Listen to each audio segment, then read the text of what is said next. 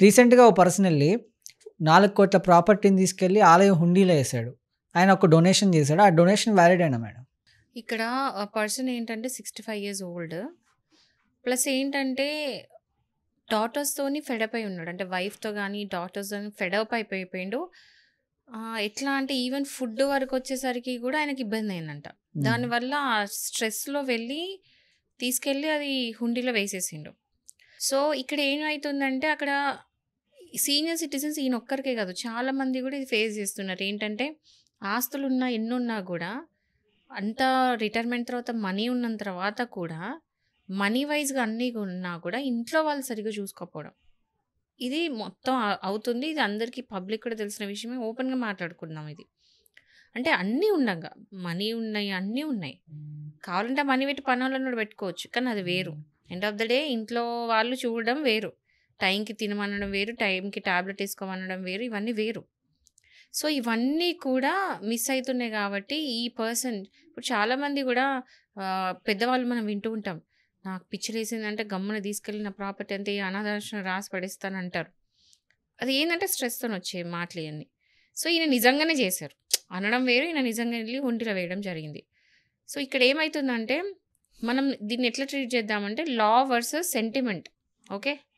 ఇక్కడ మనం క్వెషన్ అనేది ఇప్పుడు లా పరంగా మీరు అడుగుతున్నారు డొనేషన్ అంటే యాక్చువల్లీ ఏందంటే యాక్ట్ ఉంది ఒకటి. Hindu religious and charitable endowment act ప్రకారం ఏంటంటే ఈ యాక్ట్‌లో ఎవరైనా సరే డొనేట్ చేస్తే అంటే హుండీలో గనుక ఏదైనా వస్తువు వేస్తే ఎవరైతే అక్కడ ఉంటారో, ఎవరైతే ఆ ఎండోమెంట్ బోర్డ్ ఉంటుందో, డిపార్ట్మెంట్ ఏదైతే ఉంటుందో వాళ్ళు దానికి ఓనర్స్ కాదు. జస్ట్ కస్టోడియన్స్ అయితారు. కస్టోడియన్స్ అనంటే దాన్ని జస్ట్ హ్యాండ్ ఓవర్ చేసుకుంటారు. వాళ్ళ దగ్గర అది కస్టడీలో ఉంటది. దాన్ని ఎలా జేయాలి? అంటే దాన్ని ఎలా ఖర్చు పెట్టాలి? ఒకవేళ మనీ అయితే దాన్ని ఎలా యూజ్ జేయాలి? ఎండోమెంట్ డిపార్ట్‌మెంట్ ఎట్లా యూజ్ చేయాలనేది బోర్డ్ డిసైడ్ చేస్తది. సో, జస్ట్ కస్టడియన్ అయితే తప్ప ఓనర్‌షిప్ ఇక్కడ ట్రాన్స్‌ఫర్ అవ్వల. జనరల్లీ ఇప్పుడు మీరు చెప్పండి. మనము ఒకవేళ నేను ఒక ప్రాపర్టీ కొంటే దాన్ని ఒకరికి ఇవ్వాలి అనుకుంటే దాని ప్రాసెస్ ఏంటి? రిజిస్ట్రేషన్ ఆఫీస్‌కెళ్ళి రిజిస్ట్రేషన్ చేయించడం అలా ఉంటది. కదా! సో, ట్రాన్స్‌ఫర్ అవ్వాలి. టైటిల్ ట్రాన్స్‌ఫర్ అవ్వాలంటే నా నుండి మీకు రావాలి. డొనేషన్ అనుకుందాం. గిఫ్ట్ డీడ్ అంతే కదా! గిఫ్ట్ డీడ్ అంటే నా నుంచి మీకు రావాలంటే నేను గిఫ్ట్ డీడ్ చేయాలని మళ్ళీ రిజిస్ట్రేషన్ ఆఫీస్‌కెళ్ళి రిజిస్ట్రేషన్ చేపిచ్చాలి. సో, అక్కడ గిఫ్ట్ డీడ్ ఇచ్చినా ఏది ఇచ్చినా రిజిస్ట్రేషన్ ఈజ్ మస్ట్.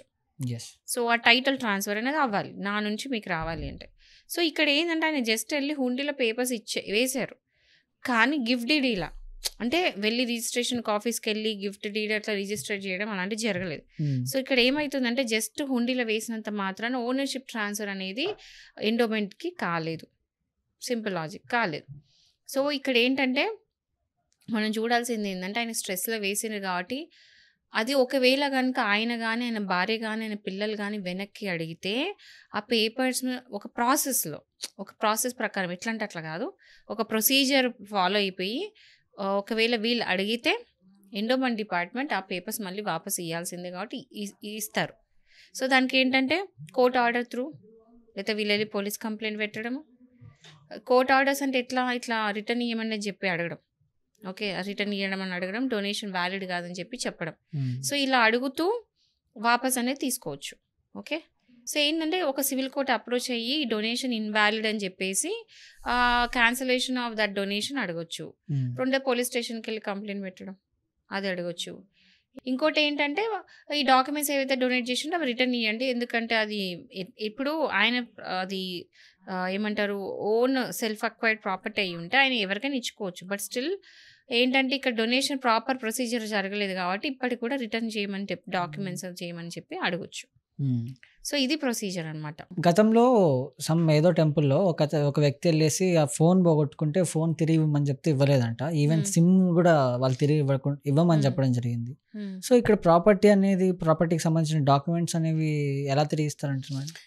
అదే చెప్తున్నాను. ప్రాపర్ ప్రొసీజర్ పాటిస్తారు. ఎట్లా అంటే వీళ్ళెళ్లి సివిల్ కోర్ట్‌కి అప్రోచ్ అయిపోయి ఇట్లా మాకు ఈ డొనేషన్ అనేది వాలిడ్ కాదు. ఇన్‌వాలిడ్ అని చెప్పి డిక్లరేషన్ అడగడం సివిల్ సూట్‌లో. సో, కోర్ట్ డిసైడ్ చేస్తే కోర్ట్ నుంచి ఆర్డర్స్ వస్తే ఆర్డర్స్ తీసుకెళ్ళి ఎండోమెంట్ డిపార్ట్మెంట్‌కి ఇస్తే ఎండోమెంట్ డిపార్ట్మెంట్ వాపస్ ఇయ్యాలి. ఇది ప్రొసీజర్. ఈ ప్రొసీజర్ పాటిస్తేనే ఇస్తారు. ఊరికెళ్ళి ఊరలుగడి ఇవ్వడం జరగదు. ఇప్పుడు ఫోన్ పోగొట్టుకుంటే కూడా ఇలాంటి ప్రాసెస్ ఏదైనా సరే. కాకపోతే ఫోన్ వేరు, ఇక్కడ పేపర్స్ వేరు. పేపర్ ట్రాన్స్‌ఫర్ అనేది ప్రాపర్టీ ట్రాన్స్‌ఫర్ అనేది ఒక ప్రొసీజర్ ఉంటది. మీరన్నట్టు ఇప్పుడు ఇంతకుముందు మాట్లాడుకున్నట్టు రిజిస్ట్రేషన్. టైటిల్ ట్రాన్స్ఫర్ అవ్వాలి. బట్ ఫోన్ అంటే అదొక థింగ్. బంగారం, మనీ వేసినట్టు ఫోన్ కూడా ఒక వస్తువు కాబట్టి దానికి అడగరాదు. కానీ ఇక్కడ ఏంటంటే ప్రాపర్టీ పేపర్స్ వేసిండ్రు, ప్రాపర్ డొనేషన్ జరగలేదు. అంటే ఏదైనా డొనేషన్ ప్రాపర్గా ఉండాలి, 100% ఉండాలి. సో ఇది జరిగినప్పుడే డొనేషన్ అవుతుంది. అంటే 2 కూడా కన్సెంట్తో జరగాలి. ఓకే, డొనేషన్ వేసే వాళ్ళు కన్సెంట్తో ఇవ్వాలి, తీసుకున్న వాళ్ళు కన్సెంట్తో తీసుకోవాలి. సో ఆఫర్ ప్లస్ యాక్సెప్టెన్స్ 2 కూడా కన్సెంట్తో జరిగితేనే డొనేషన్ అవుతుంది. సో ఇక్కడ ఏంటంటే ఇప్పుడు ఒకవేళ పర్సన్ వేసిన ఆయన బై ఛాన్స్ బై మిస్టేక్ ని కన్సెంట్తో బై మిస్టేక్ వేసింది అన్నప్పుడు కూడా ఆయనకు సివిల్ కోర్టుకి వెళ్ళి అప్రోచ్ అయ్యి నా కన్సెంట్ లేదు బై మిస్టేక్ వేసింది అన్నప్పుడు కోర్ట్ త్రూ ఆర్డర్ తెచ్చుకుంటే ఎండోమెంట్ డిపార్ట్మెంట్ ఈవెన్ ఫోన్ అయినా వాపస్ ఇవ్వాల్సిందే. సో దానికి ఒక ప్రొసీజర్ ఉంటుంది దేనికైనా. ఈ ప్రొసీజర్ పాటిస్తే తప్ప ఇది చేయలేరు. ఓకే, సో ఇక్కడ ఏంటంటే ఈ 3 మెథడ్స్లో ఏదైనా యూజ్ చేసుకోవచ్చు. అండ్ మీరు అన్నట్టు ఒకవేళ కనుక వాళ్ళు వాపస్ ఇవ్వకపోతే ఇంకా పేపర్స్ పోయినాయి అనుకోవాలి. సో దానికి ఏం చేయొచ్చు అంటే ఆ డాక్యుమెంట్స్ ఏవైతే ఉందో దానికి సర్టిఫైడ్ కాపీస్ అప్లై చేసేసి సర్టిఫైడ్ కాపీస్ తీసుకోవచ్చు ఒరిజినల్స్కి. ఆ పోలీస్ కంప్లైంట్ పెట్టేసి ఇట్లా బై మిస్టేక్ ఇట్లా పోయిందని చెప్పేసి సర్టిఫికేట్ కాపీసే ఇంకా ఒరిజినల్స్ లాగా ఇంకా తీసుకోవడం. సో ఎట్లయినా ఇక్కడ ప్రాపర్టీ ట్రాన్స్ఫర్ అవ్వలేదు కాబట్టి ఇంకా టైటిల్ అతందే, ఇంకా అతంది అన్నట్టే. కాకపోతే ఇక మీడియా హైలైట్ చేస్తుంది ఏంటంటే డొనేషన్ చేసిండ్రు. బట్ ఇక్కడ మనం చూడాల్సింది మెయిన్గా ఏంటో చెప్పాలా, ఇది వ్యాలిడా ఇన్వాలిడా ఇదంతా పక్క పెడితే ఏ పరిస్థితుల్లో ఏ సిచ్యువేషన్స్లో ఈ పర్సన్ డొనేషన్ చేసిండు అది ఇంపార్టెంట్. అంటే ఎలాంటి మెంటల్ బ్యాలెన్స్ లేకుండా ఇచ్చిండా, లేకపోతే డిస్ట్రెస్లు ఇచ్చిండా, లేకపోతే మెంటలీ ఏమన్నా ఏమంటారు కొంచెం మంచి మానసిక స్థితి సరిగ్గా లేక ఇచ్చిండా అనేది కూడా కోర్టు కన్సిడర్ చేస్తుంది. సో దీనికి ఏంటంటే అది కన్సిడర్ చేసి దాన్ని అనలైజ్ చేసి దాన్ని బట్టి కూడా డొనేషన్ వ్యాలిడ్ ఇన్వాలిడ్ కూడా చూస్తారు. సో దీనికి ఏంటంటే ఇప్పుడు ఎండో డిపార్ట్మెంట్ కమిషనర్ ఉంటారు, ఆ కమిషనర్ కూడా కంప్లైంట్ పెట్టచ్చు, మళ్ళీ కలెక్టర్కి కూడా కంప్లైంట్ పెట్టచ్చు. ఇలా ఈ ప్రొసీజర్లో ఏ ప్రొసీజర్ని వాళ్ళు ఎంచుకొని వెళ్ళొచ్చు. బట్ ఇక్కడ మనం చూడాల్సింది ఒక్కటి, ఆయన మెంటల్ స్టేటస్లో అది డొనేషన్ చేయడం జరిగిందని చూస్తారు. దాన్ని బట్టి డిసైడ్ అవుతుంది యాక్చువల్లీ.